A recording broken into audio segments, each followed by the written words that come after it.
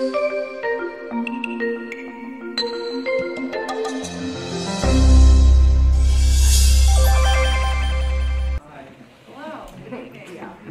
you all for spending your Wednesday night with us, your Valentine's Day. Happy Valentine's Day. This is the first installment of the Beyond the Field Social Issues and Sports series for the spring, so we're very happy that you all are joining us today. Before we introduce our guests, we just have some thank yous. We'd like to thank Subag for helping fund and promote this program for the past year and a half. The Digital Media Creative Team out of the NCAA School of Education and Department of Educational Leadership Sport Management Program have been a great help in guiding us in help marketing and promotional things of that nature. So thank you to them. And thank you to the Women's Center for also helping collaborate on this program as well as some of our other Beyond the Field events. So I'll let Charles take it away. Perfect. And thank you again for all of you coming here today on your Valentine's Day and spending it with us. You're my Valentine. So today we have Dr. Staurowsky. She's a faculty member at the Drexel University. She has done a lot of work with college athletics and college athletes, Title IX, gender equity, as well as looking into American Indian imagery, as well as college athletes receiving pay for the work that they do. She's also written a book called College Athletes for Hire, and also has the forthcoming book, Women in Sport, Continuing a Journey for Liberation and Celebration. She's also done a number of other outside work, including being an expert witness for the O'Bannon versus NCAA case, which we'll be discussing tonight, as well as works with the College Athlete Player Association and the National Collegiate Player Association. So she is very well seasoned and very knowledgeable in college athletics and the issues surrounding it. So welcome. Thank you for being here tonight. You're welcome. I'm happy to be here. Yeah, so the first question that we like to usually ask is just kind of how did you get into this work? How did you start researching and examining Title IX, players' compensation? What inspired you to do this for a living? I'm going to back up just for a second and just say that I, too, am having a Valentine's moment. I've fallen in love with the University of Connecticut. So you all really have made my day on that front. Also, in terms of this question of what inspires me, truthfully, I am deeply honored and humbled to be here and to be sitting in the company of such wonderful colleagues, Dr. Burton and Dr. Cooper, who I admire so much and who I have the highest regard and respect for. So I'm very happy to be sharing a room with you. And I also want to say that Sophia and Isabel and Charles have just been tremendous in facilitating me coming here. So I so appreciate your help in getting me here. To answer the question about the inspiration for why I do the work that I do, I want to step back for a minute because I have my whole row of biology majors here in front of me, who I'm so pleased to know, because at some point in time I'm going to need a good doctor, so I'm banking on your futures. So I don't know, if everybody knows what Title IX is, and Title IX was passed in 1972. It's a law that bars sex discrimination in schools. And during that period of time, I actually was in high school myself, and then on my way to college, right around the time when the regulations were being ironed out to apply Title IX to schools. And Title IX had a tremendous impact on the way that we think about education. So, as I was talking to my row of biology majors and you're thinking about what your careers are, there was once a time when women who wanted to go on to study biology would be told that they might be able to go into nursing, but they shouldn't think about research or they shouldn't think about becoming doctors. In terms of law school, it was the same kind of message where there were quotas that were put on law schools so that only a limited number of women could get in. And even when they graduated from law school, they would not be permitted to actually practice law for some period of time. So Title IX really has had a tremendous impact in all of our experiences and the way that schools run. And of course, it does apply to athletics as well. And so, so with that as a backdrop, I got my first job, full-time job, at Oberlin College, and I was a head field hockey and lacrosse coach there. I had been noticing that my experiences as a young woman in sport was a little bit different than what was happening nationally. As it turns out, I had been born into a little pocket of progressive schools in the Philadelphia area that had athletics for women starting in 1923. And my mother had gone on to school and captained 3 teams in the post-World War II era, 1948 to 1952. And so I actually went to school where she went to school, and I learned to read by looking at her yearbooks, and I thought that female athletes just, sort of had the run of the world, because my mother had been one, had been very successful.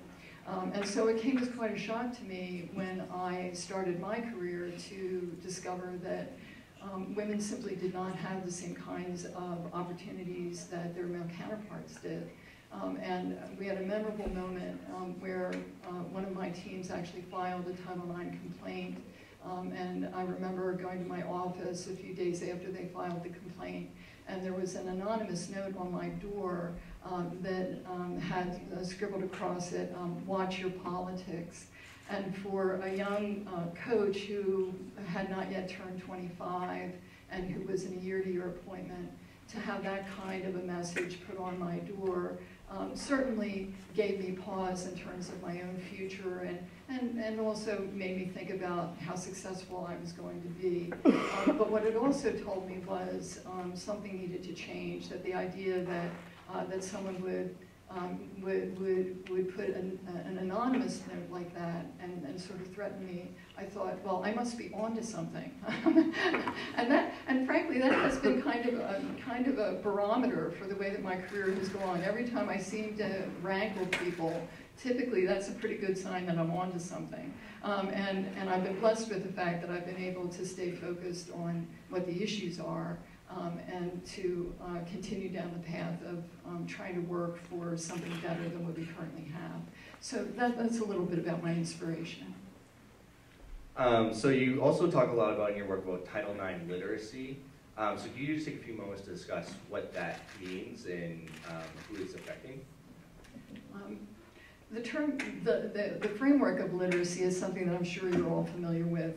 If we think about financial literacy or we think about media literacy, that framework of literacy refers to a common set of understandings about how something works, right? And some basic ideas that we need to have about a particular topic, so that we know what the rules of the road are, that we understand what's actually being expected.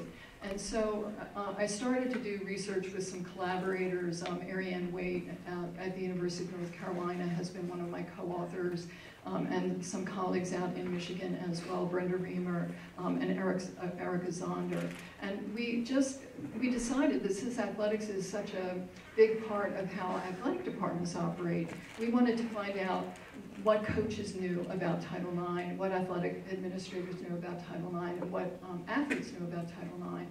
And it was really, really interesting because all 3 groups actually failed in terms of some very basic understandings about what the law required and what it didn't require. And that wasn't really all that surprising, because it actually kind of explains why 45 years after the passage of Title IX, that many, many schools in this country are not in compliance. And there was an expectation that there would be a grassroots effort at compliance. And so what this tells us is that that mechanism really has not been working.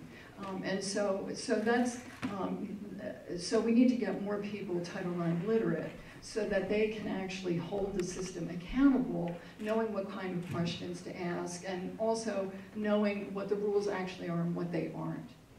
So I have 2 questions then to follow up with that. Is that have you seen changes over time in terms of the level of literacy of athletic departments, coaches, other support staff? And 2, why does this matter? Why does it matter if they know Title IX, the legislation or not? Yeah, that's a great question. Well, In terms of have there been changes over time, it's really been a very interesting kind of trend. After Title IX was passed in 1972, the majority of head coaches of women's teams were women, about 92%.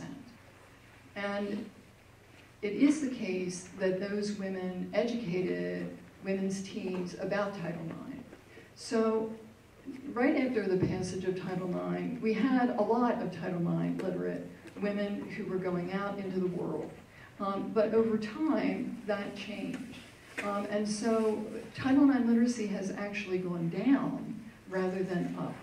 And you know, we can think about how sort of the interesting dynamic of that, because we've had millions and millions of girls and women competing in sport in ways that they weren't doing in 1972.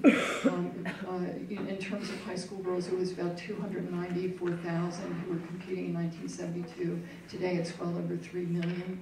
So that measure of progress is something that we can clearly see how much things have changed. And yet in terms of understanding what the law actually requires, even people who should know and should be able to bring it to bear in the way they decide about things that are going on in athletic departments, even they don't really have a handle on what these things are.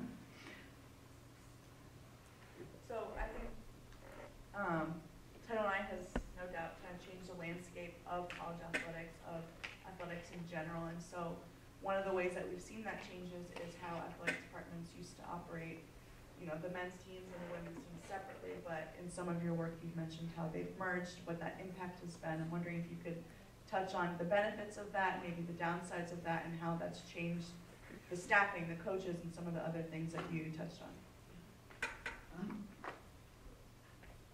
I need to give you a little bit of a history lesson to appreciate what we're talking about when we're talking about merging of men's and women's athletic departments. There was once a time when most colleges and universities were actually single-sex. You know, Harvard was a men's institution, Dartmouth was a men's institution, and so from those early beginnings, we had single-sex educational systems. And then, of course, when we began to have integrated schools, in terms of athletics, we would have separate athletic departments for men and women. So when Title IX comes on the scene in 1972, there are different structures in place for both men's and women's athletics. And there's a battle that goes on, a battle around money and power. And the NCAA, which was single-sex at that time, was opposed to the application of Title IX to athletic departments. And it worked aggressively in Congress to try to eliminate athletics from Title IX's application entirely. Congress wasn't buying what the NCAA was selling and kept turning them down, saying, no, you can't take athletics out of this. Athletics is part of the educational system. Our intent is to have this apply to everything. So those efforts of trying to derail Title IX and its application to athletics eventually failed. But there were still forces at work to try to figure out a way to alleviate fears that the men's athletics community had about what was going to happen if they had to share a space with women. And the expression that was used at the time was that Title IX could potentially, quote unquote, kill the goose that laid the golden egg. So this was a lively debate and conversation. So when the athletic powers were unsuccessful in pulling athletics out, then the next move was, well, how can we control it? If we can't get our way in having athletics exempted, then how can we control the decision making? And so they started to spin a story that said, well, you know, it's very inefficient to have two athletic directors on your campus, one for women, one for men. There are efficiencies to be found if we merge these two departments. But when the mergers occurred, the female leadership effectively were demoted or they were pushed to the side. And the legacy of that is that in 1972, about 90% of all head coaches of female sports were women. Today, that percentage is about 45% of all head coaches of women's teams are women. 2 in 10 women in athletic departments are head coaches. 2 in 10 are head coaches. And then in terms of athletic directors, we're beginning to see a little bit of a rebound where we're anywhere from 17 to 30% of athletic directors are now female. But you can see how that merger really affected the leadership. And leadership is very, very important. You know, we were talking earlier about the fate of the University of Tennessee, which had had a men's and women's athletic program that had remained separate up until just 2 or 3 years ago. Well, it's probably more like 4 or 5 years ago. The years begin to blend for me. They pick up speed as it goes along, but just within our memory, within the past 5 years or so. But it's very interesting because many of our powerhouse women's programs actually retained their separate status for a longer period of time. And so we can think about the importance of having an incubator, as it were, for women's success in separate women's programs. And you'll see there will be a lot of arguments on both sides of things in terms of whether or not we should go back to separate women's programs because it gets women into a circumstance where they can pretty much create their own market and market themselves out from underneath the shadow of men's programs. So some people argue that way. Other people will say that we're never going to have equity until there's full integration of athletic departments and where we see women who are not only coaching women's teams but also coaching men's teams. So you'll hear arguments on both sides of that conversation. So that also leads to the conversation of around Title IX in terms of equality versus equity. So if you could have that conversation and just explain the difference between the two and how Title IX doesn't necessarily necessitate equality. I think that sometimes this is one of the most confusing parts about Title IX is it's a law which is associated with equality. And it effectively says to all students, it says every student needs to have an equal opportunity to fulfill the full promise of their potential.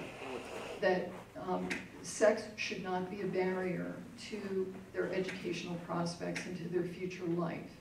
And frankly, this is to me a very beautiful and compelling mandate. Because it says to educators, looking out at this group of students, do you really see your students? Do you really see who they are individually? Can you look them in the eye and see their potential and not create boxes or not create hurdles for them to get up and over simply because you assume certain things about them that limit them, okay? And in 1972, that was rampant as a way of thinking. You know, we would have boys who would be directed into shop somehow because it was assumed that boys were just more mechanical. Girls would be sent off to home ec classes because they should learn how to cook. And those kinds of things become, you know, if we think about the explosion in cooking shows and the number of chefs that we see, certainly if we were still operating with that lens, you know, we would not have the same world that we have today. So when we think about it from that perspective, it's a compelling kind of argument that every student should have an equal opportunity to be successful. But what we also have is we have something called equity, so that the law does not require that everything be the same for male and female athletes. So we're not going to have a requirement that dollars be spent exactly the same. And the way that this plays out from an equity perspective is this way, that we know that there are some sports like the contact sports, football, hockey, lacrosse, where the uniforms themselves are more expensive when you put helmets and pads and that kind of thing. That is going to be more expensive than a cross-country runner who may need a singlet and shorts. So the law doesn't require that there be the same amount of dollars spent on football and cross-country, but what the law says is that there needs to be equity, so that if you have top-of-the-line expectations for your football program, then you need to have top-of-the-line expectations for your cross-country program. And that may translate into where you compete against who. It may include the kind of coaching and the caliber of the coaching that you have access to. And it may also include the facilities that you have available. But where this also gets complicated and where it gets confusing in the modern athletic department is that athletic departments also operate typically with tiers, so that there will be some sports that are in the top tier. These might be referred to as revenue-producing sports. We may then have some teams that are in the middle tier and some teams in the lower tier. And so the equity principle is applied across the tiers. So it's possible that we may have a team in the lower tier, and you can name your own team in terms of which one may be in that category. And so they're going to be treated differently than that team in the upper tier. But in terms of Title IX's application, going from male to female teams, it's equity within those tiers, okay? So hopefully I've explained that well enough, and hopefully I haven't bored you to tears in terms of the technical stuff. This is a law, after all, so we need to have a little bit of an excursion into that kind of detail. So I think we can all imagine that there are athletic departments that if you were just to take a look at them, even within the tiers, that there's inequities from within those tiers. So you can see the rise in popularity and then the investment in college football programs. And for instance, the one that pops to mind is Clemson's new football facility that has like a mini golf course in there, and slide or whatever it is. For all those educational benefits that slides provide, sliding into a degree. So I'm just kind of curious then, is like, has there ever been repercussions for universities that have, or for athletic departments that have not sort of taken a equity standpoint to providing top, even within those tiers? It's a great question. And well, in the answer to that question, I mean, the short answer to it is repercussions happen when schools are held to account. And there are many schools that are not held to account. And then there's also something that I call shenanigans that occurs, where, for example, the kind of facilities that you're describing are represented to university populations and to the public at large as also being available to other students. And so one of the ways in which schools navigate around the sort of inconvenient fact of appearing to privilege some athletes and not others is they will argue that those facilities actually, in one way, shape, or form, serve the general student population. And so I think that what we have here is and if we go back to our first question, or our early question about Title IX literacy, we have a system which typically plays what we might call sort of fast and loose with Title IX compliance. And then we also have a population that is not informed well enough to ask critical questions, to hold the system accountable. And that's the reason why the Title IX literacy piece is so important. And we have someone who's agreeing with me. I know they're calling in to agree with me on this. This is thank you for that. I'm teasing her later. Yeah.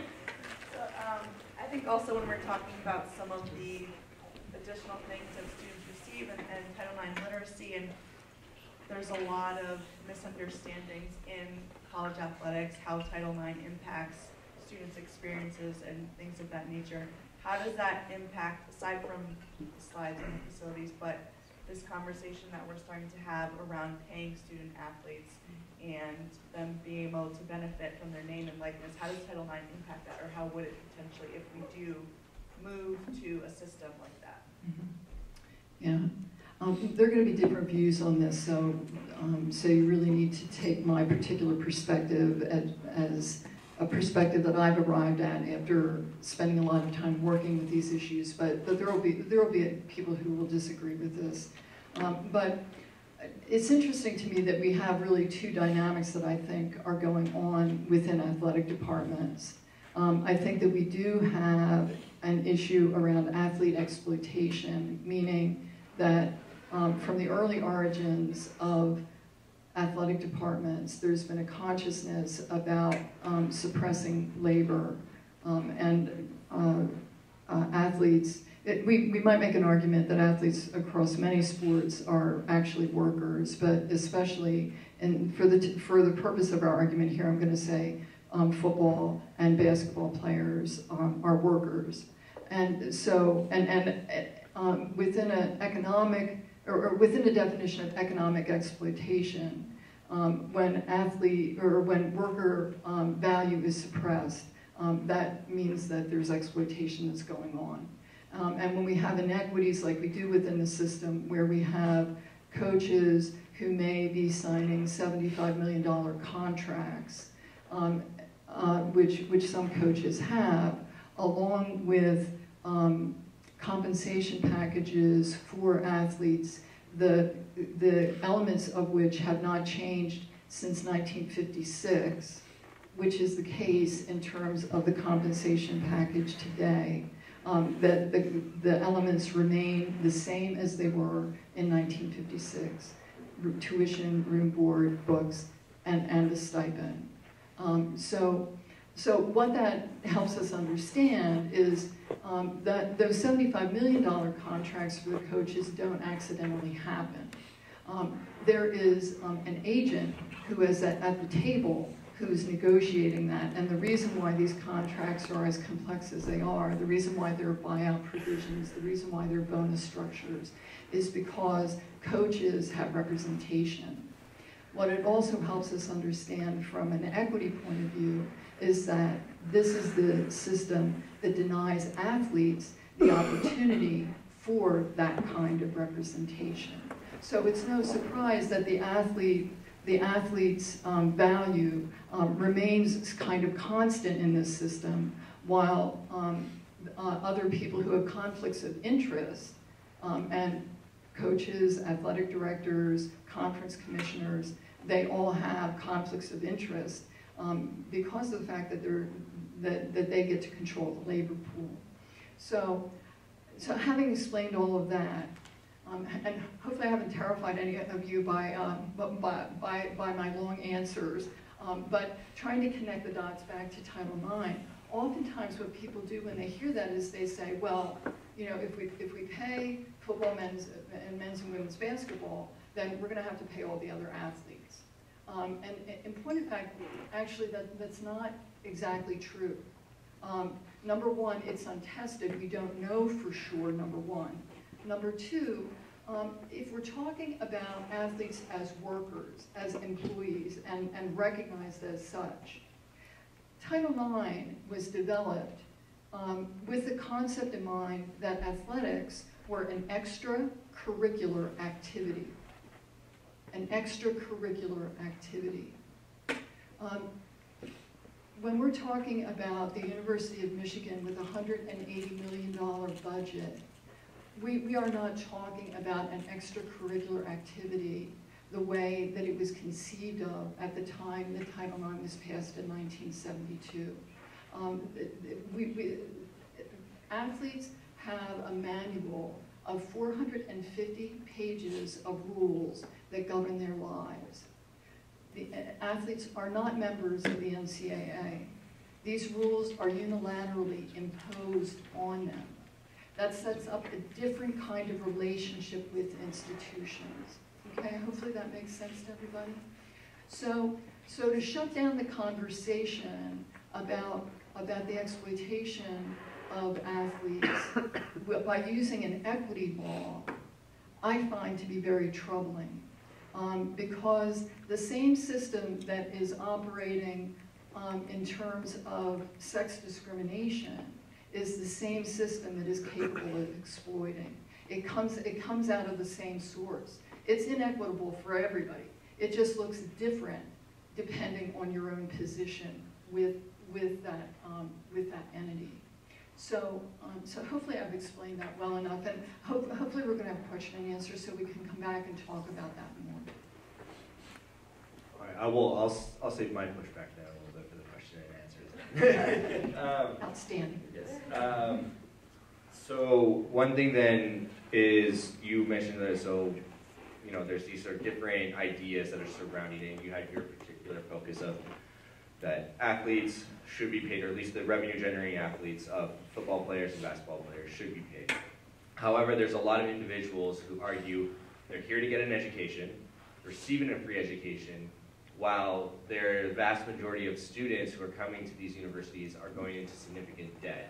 So what they're receiving is, a lifetime of change and opportunity to not only do something that many of us would love to do, while also getting something free out of it. I know that resonates a lot, and I imagine that there are a lot of students in the room who are looking down the barrel of debt and agreeing with that position. It's a hard one to argue against because of the reality of what students are currently facing in terms of their economic investment in their educations. I think, for me, where the argument separates, and again, some people will be persuaded and others will not, but for me, where the argument separates is that we are talking about two different things. On one hand, we're talking about a multi-billion-dollar industry which provides benefits to the university, and that is a separate entity from the argument about higher education. I see them as being different frameworks, and it doesn't. I don't intend to ignore the value proposition, but I think that it's not helpful to realize exploitation is exploitation, that it cannot be justified on the basis of what could be thought of as a false equivalency. So I would leave it at that for the time being. Yeah. So when we're talking about these two systems of higher education and then the business side, how do you foresee them moving forward in the future? I think change is going to happen at some point just because there's more people having this conversation about the student-athlete experience and kind of what the future of the NCAA is. So what do you foresee happening in the industry and college athletics? Well, I'd be curious to know what you all think about the state of college athletics. And in question and answer, hopefully you can share your views on this. But my view is, having been a researcher and a watcher of this for quite some time, we are past kind of a crisis phase right now. When you look at the number of lawsuits that just keep coming, and whatever you see in terms of those lawsuits that are currently out there, whether it's the concussion cases or it's the sexual assault cases, or it's the athletes' rights cases, and numerous others, because we could talk about female coach mistreatment and a variety of other things, that all of these things are symptomatic of a system that is crying out for a new vision and new leadership. In terms of the athlete issue,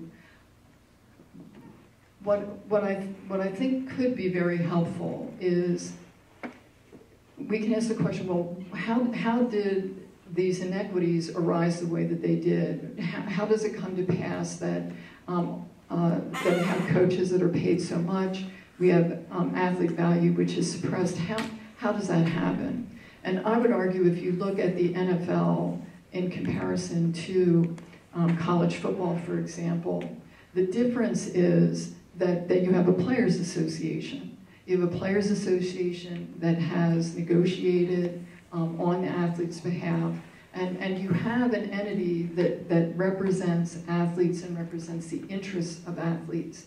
And right now, within the current college sports system, we do not have any organization apart from the NCAA, which is modestly funded at best, that really represents the interest of athletes at the table when these rules are being passed. So I think if we had representatives, and trying to think this through, how would the conversation be different if we had recognized athlete representatives on all 65 of the Power 5 schools that had the power to actually to negotiate as compared to simply accepting what's handed down? I think that would modify what's been going on. And I would also, I theorize that it would help greatly in terms of the dysfunction that we're seeing. We have each university has a student athlete advisory committee, and they do have votes, but do you think that their inability to actually negotiate plays into, not having the equivalent of a players' association? You think it's completely different structures? And from a labor standpoint, it would be referred to as that they're creating the foundation for an in-house union. And an in-house union is controlled more by the powers that be. So if you begin to lose the fight from the labor perspective, the next move that you take is you create an in-house union. And that also creates the possibility for dissension for those who really want a separate and independent entity that operates. So in many ways, the parallel there, I think, is quite strong. The other issue is, and this is where there is a clarification or a difference that I think is important.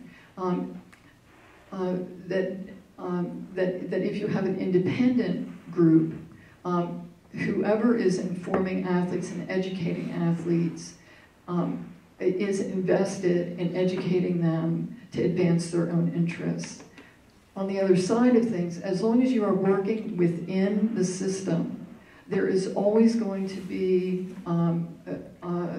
a certain way that rules are going to be represented, and there's going to be a certain amount of information that's going to be shared and information which is not going to be shared. And I mean, imagine, I teach an NCAA compliance class, both for undergraduate and graduate, and I've had many athletes who come through my class, and they will oftentimes tell me that they had no idea of what the implication of this particular rule was until we went over it in class. And we talk about the fact that they signed certain forms, they agreed to certain things, and then as we talked about what the impact, they may have known what the rule required, but they didn't know what the potential impact of that rule was. And that's really the distinction between having something in-house versus something external. So you mentioned that you have taken actions both as a coach and then now as an academic and scholar to affect change in your role. Specifically now, I know you do a lot of work with the National Collegiate Players Association and also the Collegiate Athletes Players Association. Could you just talk a little bit to your experience working with these organizations and sort of what drives you to be involved in making that sort of change as you can? The way that I started to work with the National College Players Association, which was founded by Ramogi Huma. Ramogi was a football player at UCLA. One of his teammates, Donnie Edwards, received a couple of bags of food because he did not have enough money to eat. As a result of receiving those additional bags of food, he became ineligible to play under NCAA rules. And Ramogi, who had been a public health major at that time, really responded to that. And the unfairness of it. Wow.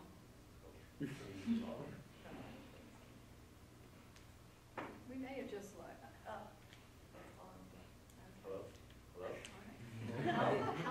How interesting. I'm talking radical stuff and the mics go out. see, I'm onto something and I'm going to keep pressing. Can you all hear me okay? Yes. Yes. Okay, Yeah. thank you. I'm going to have my gym voice, right? What the heck are we talking about? So Ramogi's good work. So that's what prompted him to start the National College Players Association. And I had a chance to meet him at a conference, and at that time I was teaching at Ithaca College, and I was teaching a college sport course, and I was looking for a real-time project that my students could work on that would just help us better understand how college athletics work. And so I called up Ramogi and I said, are there any research projects that you don't have time to get to that we might be able to help you with? And that started the research that we did in terms of the gap between athletic scholarships, what they covered, versus full cost of attendance. And that, of course, was myth busting that eventually led to the stipend. So that's how we got into it, and that's how I work with these organizations. Is I'm not out on the front lines doing player activism work, but what I'm doing is I'm doing the research that helps support those activities and to provide academic support for the work that they do. So one last question before we open it up to everyone. How can we be better advocates and allies for Title IX, for our fellow student athletes, for our peers, for our teammates? How can we do better and be better in terms of Title IX advocacy and advocacy for the student athletes? In terms of Title IX, I think there are a number of things that you can do. There are resources available that are Title IX primers that you can find with the Women's Sports Foundation and with the United States Department of Education. Also, you have professors who are extremely knowledgeable as well. I think that there are things, especially on a college and university campus, that are available to you. I know that we have members of the press here tonight using the power of the press to ask critical questions, using the publicly available information that we do have. There's something called the Equity in Athletics Disclosure Act, which was an act passed in 1996 that required colleges and universities to publish on a yearly basis their allocation of resources between men's and women's programs, and you can go online to find those reports. Those reports will help to raise red flags so that you can ask questions about what's going on.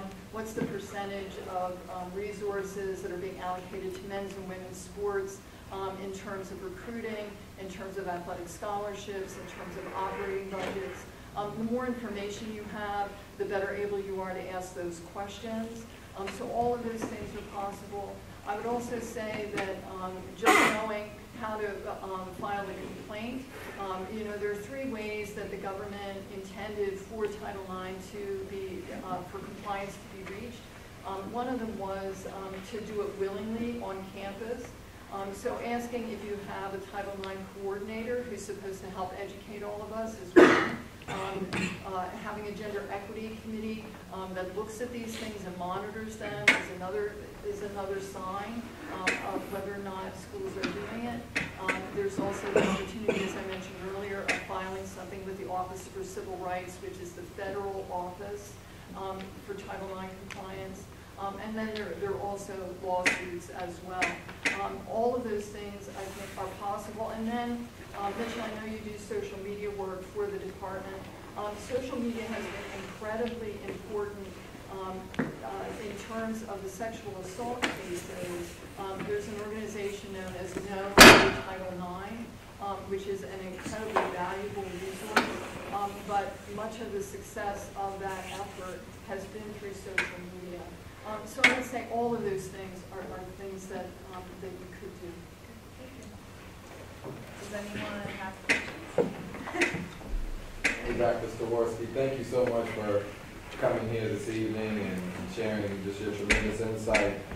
My question is kind of a major issue in our society right now, but definitely spotlighted in college sports around sexual assault.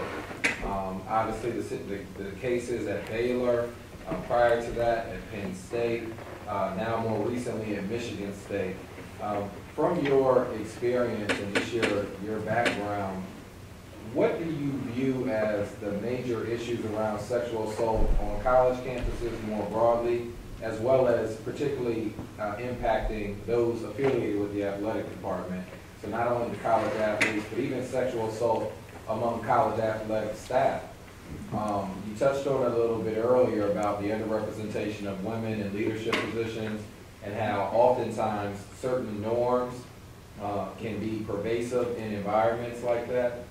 What recommendations do you have to athletic departments to either be more proactive in terms of education, but also more responsive in terms of when these situations arise? What are some of the best practices for handling them in an appropriate way? Thank you for that question. You know,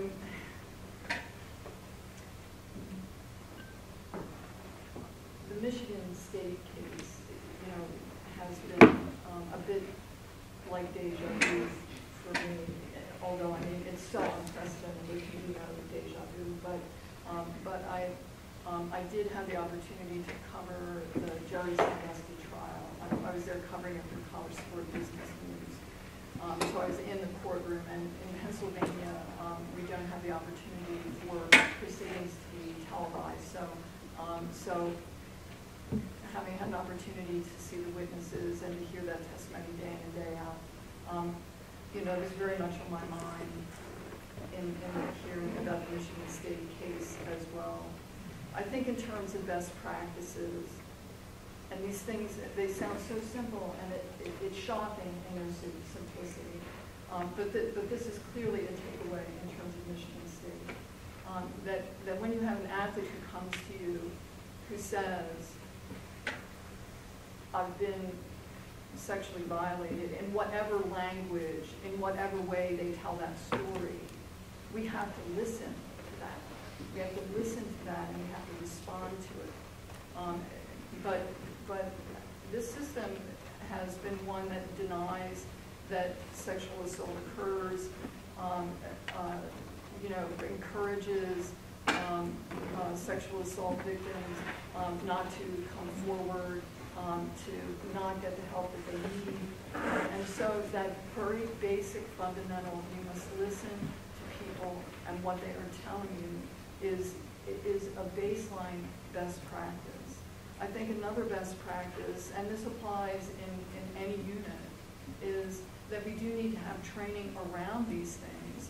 We need to be talking with coaches, athletics administrators, professors about what happens when you have a student in class who is an A student who suddenly begins to struggle and who, for some unknown reason, seems to sort of be going under the radar.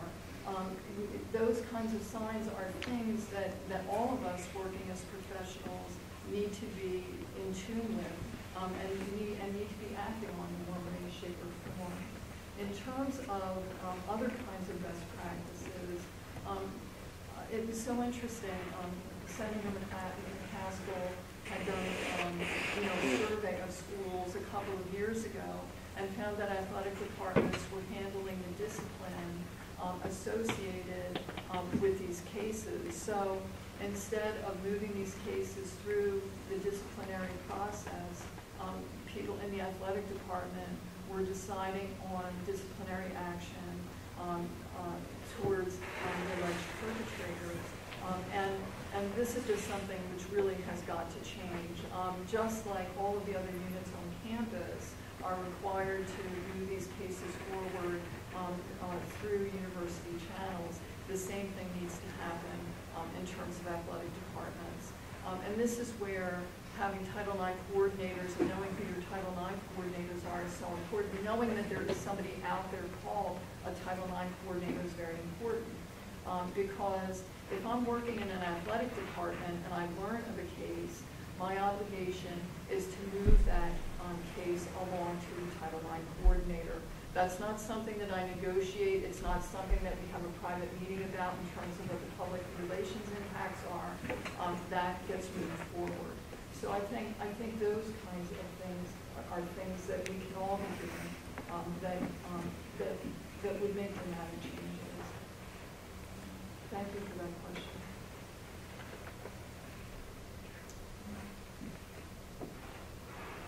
You don't feel comfortable. Earlier you were speaking about how the argument has been made that students are getting a free education in return for the services that they're doing.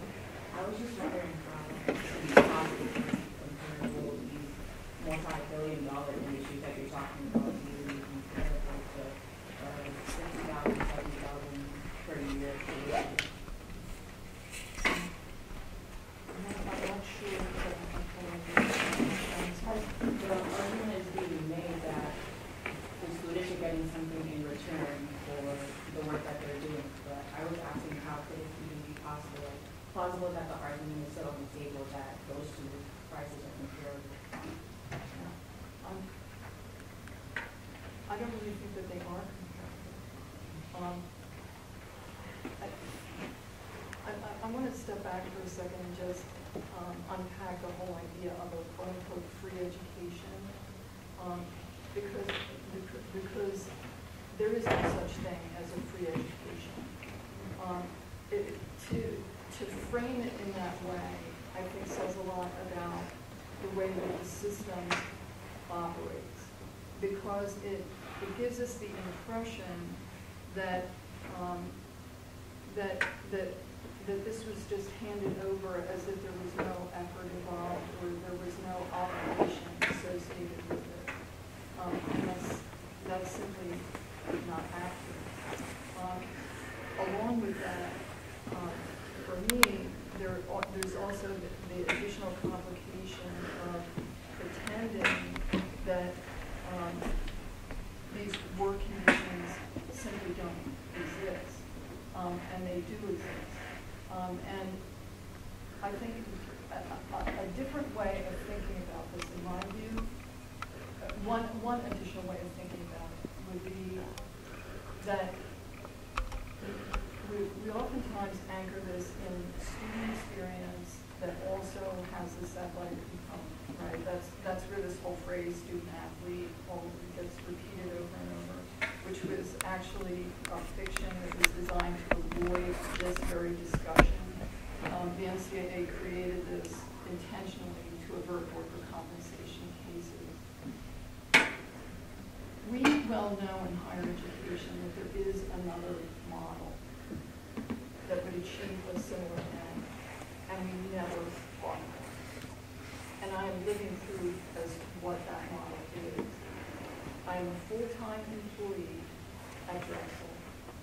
I'm also a part-time worker, or part-time student. I'm getting a second master's degree. I have homework to do tonight. Oh my God.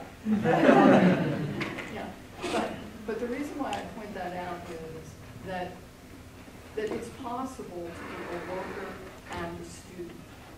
It's possible to do those two things at the same time. But what we have is we pretend that we don't have workers, and then we say they're just like all other students.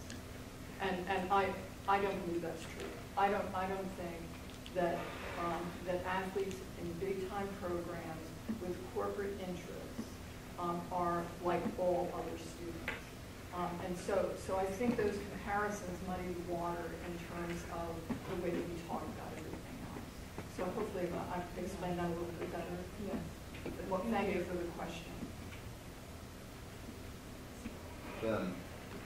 Part of the NCAA bylaws talk about is like where the likeness is allowed to be used, or when a collegiate athlete, one specific part talks about when a collegiate athlete has a business, that they're allowed to have that business as long as they don't market it with their name or picture or anything about themselves. And so I was just wondering kind of your thoughts on how the NCAA was able to extend just beyond like the athlete as they relate to that sport while they're playing, to really like blocking off their, I guess, themselves for those 4 years to the NCAA, even unrelated to the sport. Well, and you know, the most recent case on that, as far as I know, is the young man from Florida, I think it was the University of Central Florida, who had been doing a tremendous job of documenting his life and incredible ability to market himself and brand himself, and had a tremendous following on Twitter and social media. And the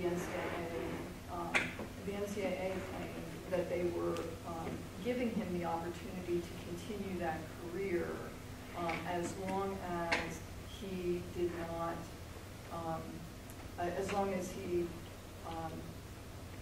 made sure not to link his athleticism with his life. Okay. So and so that then creates the continuum, right? It's sort of like, all right, so my life is over there, my athleticism is over there. You know, how do you separate the two? And of course, eventually, he said that they were costing him too much money, and so and dignity, I imagine. And so he decided that he was going to continue with his social media career rather than continue as a football player. And so we do have this negotiation that goes on around these rules, and this is where I think it's deeply troubling that we can't get beyond these kinds of nuances. Many people argue that athletes should be able to have endorsement deals, that they should be able to profit off of their own names, images, and likenesses, given the degree to which the entire system has been able to do that in return. So hopefully I answered your question.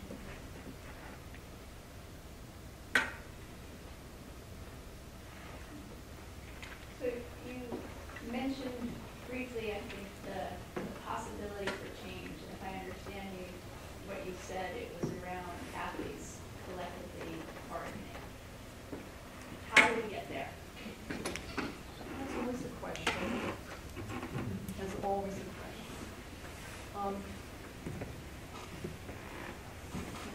Number one, and Charles, it's nice to be sitting next to you because you know something about organizing. You know how to go about it. In a system that, if we go back to Major League Baseball and Marvin Miller, who really helped create the architecture for the Major League Baseball Players Association, he went about finding key player representatives who he educated about what was at stake in terms of developing a unified front and understanding the system and the leverage points. And because of the fact that we don't have, because of the fact that that college players are not even recognized as employees, except in the Northwestern case, I think there's going to be a lot of grassroots efforts that are going to have to happen in order to organize those athletes. I know that there is some discussion right now and some work that's being done, even at the high school level, to begin to educate families as well as athletes at camps and that kind of thing. And so, this will be a long and laborious task, and it's a very challenging task because of the fact that we have 4-year windows that people are rolling through. But I think if we ever get that representational group in place, I think the entire structure can be rethought. I'm not sure that we really need to have eligibility for 4 or 5 years. I could see us going to a window of 8 years with part-time student status, full-time worker status, and we wouldn't have to worry about graduating in 4 years.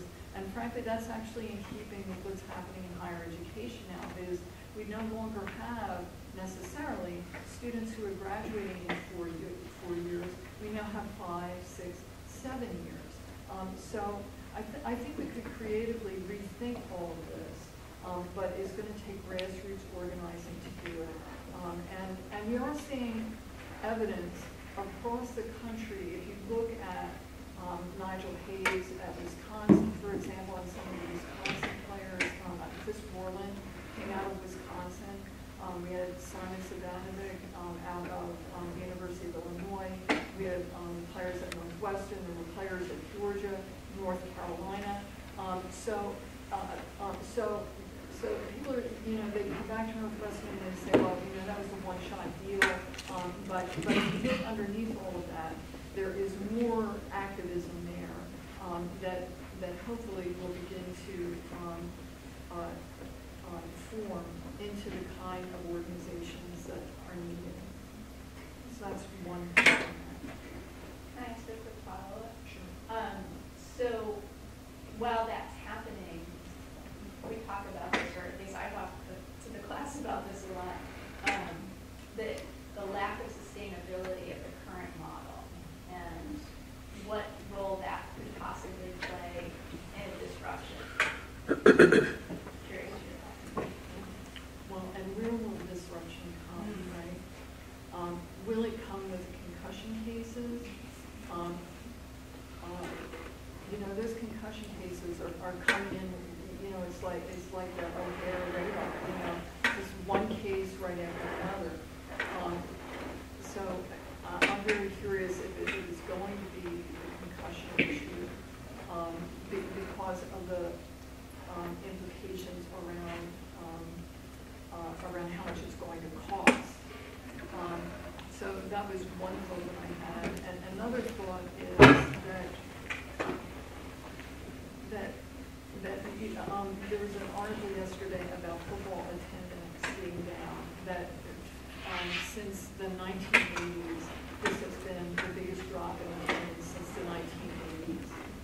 And I can't help but think that in the court of public opinion, that all of these incidents, the sexual assault stuff, the concussion stuff, the athletes' rights stuff, that the accumulated effect of that, along with changing demographics in terms of university students who have other things besides going to the football stadium, that the accumulated effect of all of these things are ringing, the bell so loudly that if there is that the system sort of ignores all of this at their peril if they continue down this path. So that's my thought on that. But I also have to say the NCAA has been resilient from 1906 to the present. They have lived through similar periods of time. Back when it was founded, there were calls for football to be banned. We have legislation today calling for high school players to not have contact football until the age of 14. So they have some Teflon around. That was a convoluted answer. I don't know. That's a long way again. I don't know. But we need a 21st vision. We need a 21st century vision, and what we have right now is we have a late 1800s vision. There's a hand up over here. Yeah, so just curious in relation to Dr. Cooper's point just about athletic departments dealing with sexual assault and how that seems to be in the last 5 or so years becoming so rampant and things are coming out. So I'm just curious how you see the impact of payment of players, taking more of a professional model in that sense, and how that will affect how universities and athletic departments deal with sexual assault cases. Because now they're investing even more money into these programs and these athletes, and will that contribute to a further cover-up because then now there's more money at stake and more image at stake, or is there a way that you see it impacting it the opposite way, just how you view that role in paying the players? And I think I think it's an excellent question, and then even we confront the cases in the NFL as well. And so I'm not really sure how that would play out. I have 2 or 3 different thoughts on this. I don't know if any of them are right. There's an additional on tape. It's a good thing the microphones quit. But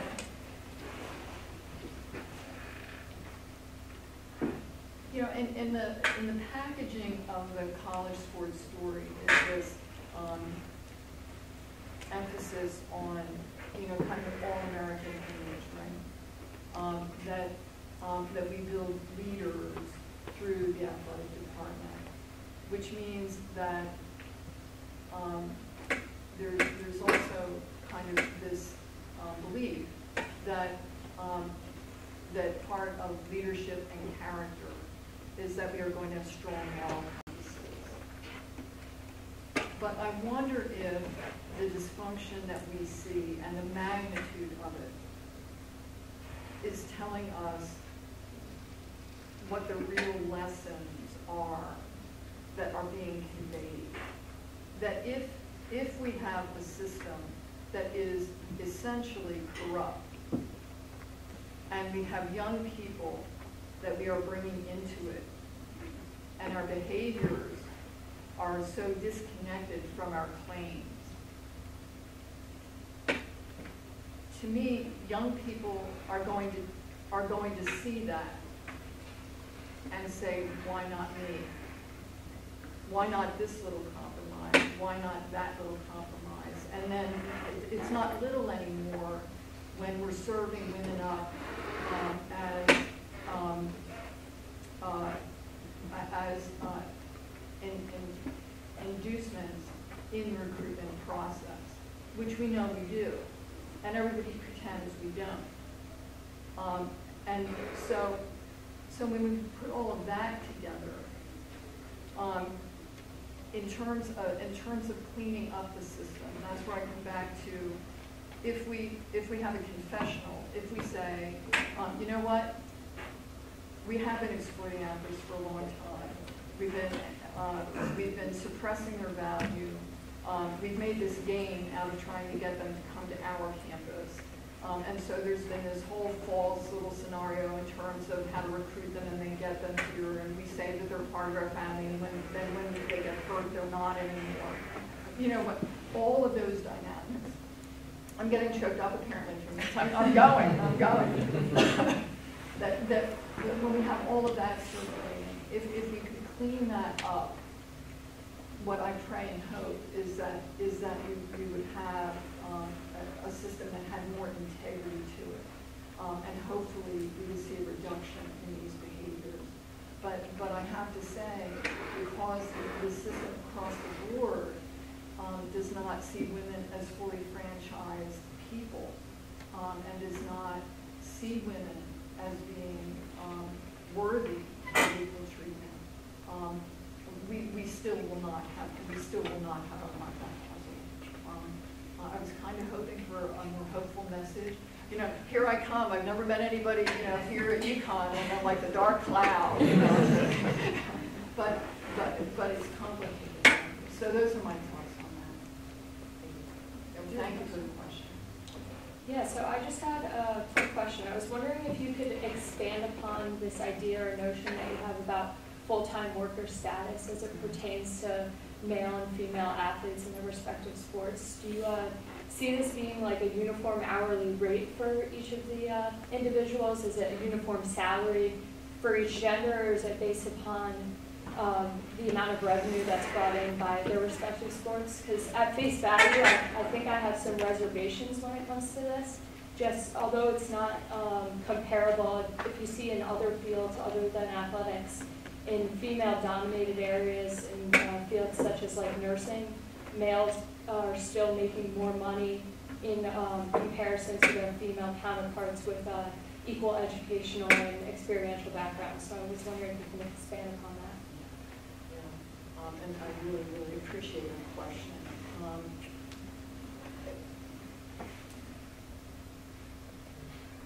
I don't know how it will play out. For this reason, that I believe in the market, and I believe in the power of collective bargaining. So, and people have said to me, well, why don't you just map out a plan? Like, why don't you just map out a plan and then just have people deal with it? And I really resisted that because I really believe that it's important that the players come to the table and negotiate what they believe is most important. And so I don't know what that value would actually be. I agree with you completely that if we do go in the market approach, there will be differences, just like there are differences between the WNBA and the NBA, and between the women's basketball tournament and the men's basketball tournament. And this is where this whole issue of should we have separate ways of thinking about how we create opportunities for men and women in sport. It's an interesting experiment in terms of men's and women's basketball, because a couple of years ago, the NCAA Division I championship went to a model that attempted to emulate what the men were doing. So they went to larger arenas, they went to arenas that were farther away from where their fan bases were. They tried to do similar kinds of things in terms of entertainment during the week leading up into the Final Four. And the end result of that was that the women's Division I basketball championship carried what had the most deficit of any NCAA championship. And to put this in perspective, what I shared with my students is that this includes the Division III cross-country championship. So, out of the 90 championships, this was the biggest deficit. And they have since decided that they're going to go back to regional formats that are closer to fan bases, and so they're going to try to rework their model. And so all of this needs to be considered and calculated within conversations about how we would go about collective bargaining for athletes. All of those things would need to be considered. And then if it goes across the entire system, and this is where, Charles, I know you have a lot of thoughts on the fact that maybe this is a system that all athletes, not just football and basketball players, but all athletes should be included. And that would be a whole different model, where it would be you would need to get all those athletes on board, and then there would need to be negotiation across the entire, on behalf of the entire athlete pool, as opposed to just individual markets for the different sports themselves. So there are a lot of different ways to think about this, and frankly, I think your generation is going to be the one that will help to fulfill the possibility of what these frameworks may be. Was that helpful? Yeah. Okay. Do we have any more? One more question right here. You've listed holding others accountable, like those in power accountable, and also taking it upon ourselves to educate ourselves about these things as like solutions for moving forward. But what do you think are the main obstacles that are holding us accountable? The main obstacle. There are some people who say about Title IX in particular, over 45 years out, many schools are still not in compliance. The federal government does say that there should be a penalty if a school is not in compliance. And that penalty is that if a school is not in compliance with Title IX, there is supposed to be a penalty that you will lose your federal funding. In the 45 plus years since Title IX was passed, no school has ever lost their federal funding. And so part of the dynamic of what's going on here is that we have a system that offers a threat but never really delivers on it. And we have a particularly resistant athletic culture that has been dragging its heels, that has been moving at glacial speed. And so some people have argued that while, and frankly, the U.S. government has shown excellent restraint in this regard because if you take federal funding away, you're really penalizing you know, for something that's going on in the athletic department, right? So there's good reason why the federal government really does not want to go down that path. But at the same time, there is a feeling that given this reluctance, that something dramatic has to be done to unlock that, to say, no, we are very serious about this, and it is long overdue. And you know, there's a Title IX case pending against Michigan State right now, and if it's proven that they were in violation of Title IX in the handling of these sexual assault cases, you know, will this be the moment, for example? But I think that's the biggest impediment, is that schools are judged, as a matter of the cost of doing business, they're willing to take whatever reputational hits they take in the public domain because it's not costing them to not on the other side. But when you think about the injustice of the number of lives that have been held back as a result of this, you would think that capital would mean something.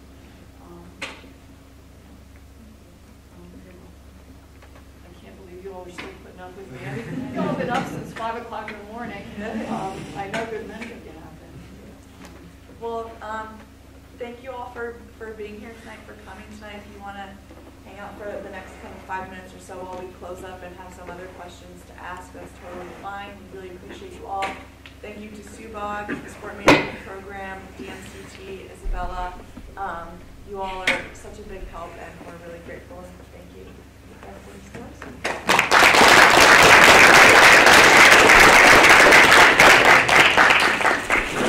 And then before you all take off, can we get a photo of you all sort of like